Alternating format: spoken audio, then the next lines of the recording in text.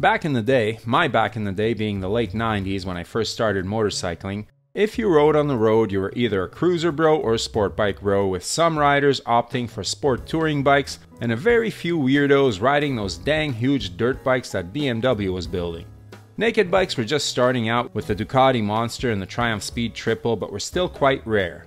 If you were a sport bike bro, you most likely rode an inline 4-cylinder screamer in either 600, 750 or 900cc, though the 1000cc bikes were on their way and the 1300cc Hayabusa was about to blow the wheels off of every motorcycle on the road. And those 4-cylinders were awesome at going around tracks fast, and that was about it.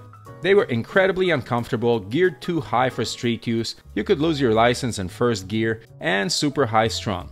And now they're dying out, being replaced by much more street-friendly parallel twins, which, let's face it, are much softer and slower.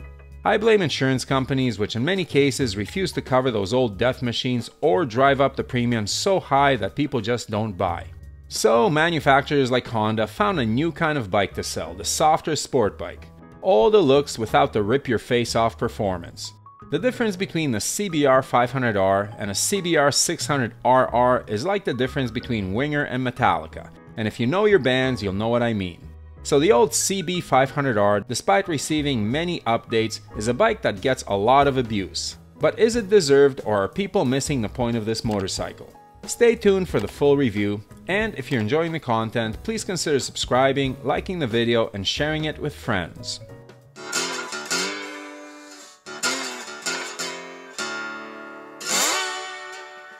The problem is that this thing looks like it could be ridden around the track by Marquez, but has the performance of a softish street bike.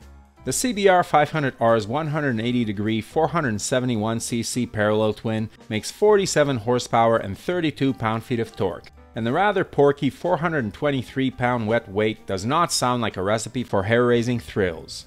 And to be fair, it is not nearly as fast as the harder-edged sport bikes.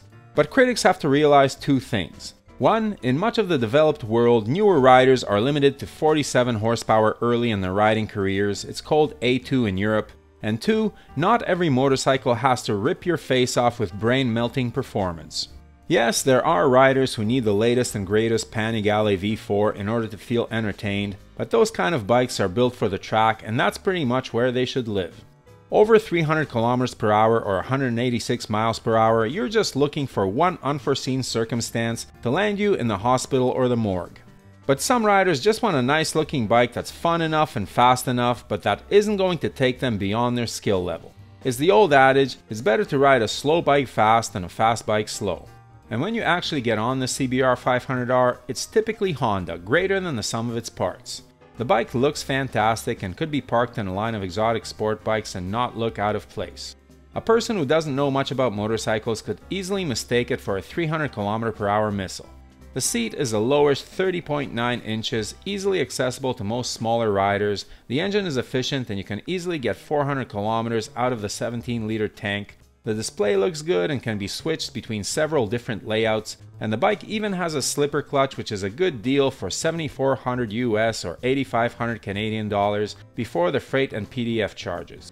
The seating position is relatively comfortable for a sport bike, with the clip-on bars sitting well above the seat. The fairing provides adequate wind protection for the legs, and although legroom on sport bikes is always a bit tight for me, I have a 33-inch inseam, it isn't as bad as on some of the more aggressive race machines.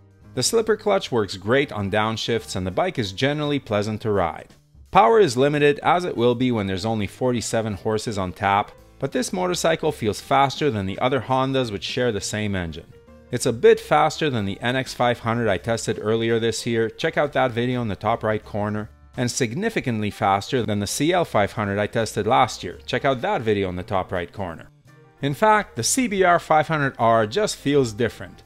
It seems to accelerate faster than the other bikes in its Honda family and tops out at around 170 km per hour or about 105 miles per hour.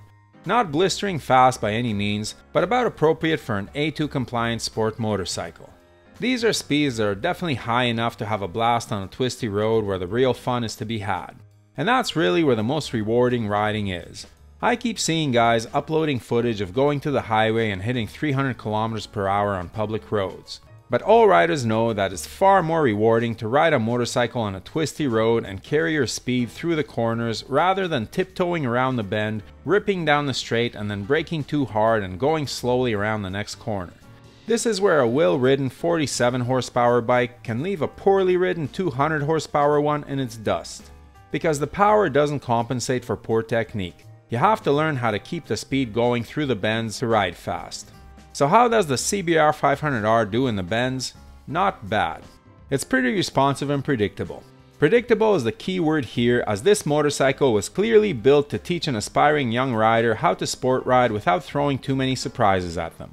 The suspension is a bit soft for extreme riding and seems more geared toward comfort than pure speed, but it is more than adequate for the kind of cornering that most riders do on public roads. The limiting factor on roads is not the bike or even rider skill, but road conditions. Where I ride, there are plenty of deer that could end up ruining your day, as could a broken down car in your lane or one pulling out in front of you. If you ride in the city, you have to watch for pedestrians. You're not likely to exploit this motorcycle's full capability on the road.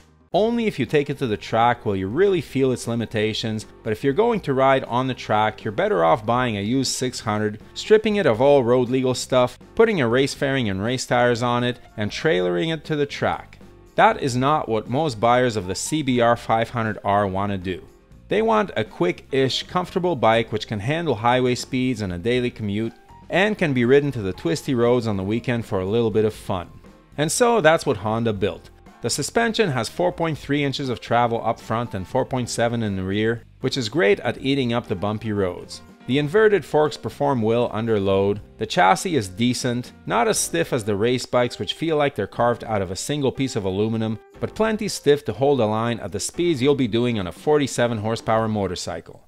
And the brakes are perfect for the rider who is likely to buy this kind of bike. They are dual disc, radial mounted and with plenty of power, but not so much that they'll catch out a novice rider when they grab a big handful of stop. Is the CBR500R at 423 pounds a little heavy for this class? Yes, when you consider that the new Ninja 500, which has the same amount of power, weighs 46 pounds less. That's a decent size difference. But here is where we as riders have to let go of our assumptions. Too many motorcycle journalists and YouTubers look at this bike as if it's built for the experienced rider who wants to rip around with their friends on MT-09s or do track days on the weekends. It's not built for that, and Honda makes a 600 Super Sport, a 1000 Superbike, and the new Hornet 750 for riders who want more power and a stiffer chassis and suspension. This bike is more of a sport tourer for less experienced riders who want to have their fun but who also want to be comfortable and secure. It drives into the corners decently well without being twitchy like a lot of sportier offerings. It accelerates and stops well without the threat that you'll loop the thing or go down because you didn't anticipate how sensitive the brakes are. It can cruise the highway and go up hills without drama. You may need a downshift or two in order to make a pass on a 2-lane, but you'll still make the pass no problem.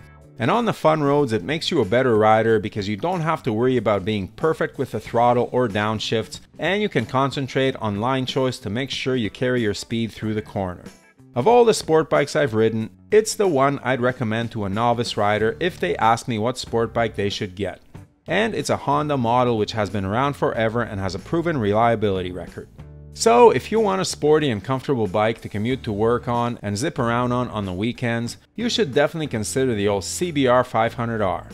There's a reason why it's been around for so long. It's nicely balanced for the novice rider and it looks cool. Of all the 47 horsepower A2 compliant bikes out there, which one is your favorite? Please share your thoughts in the comments below. Ride safe and may the spokes be with you.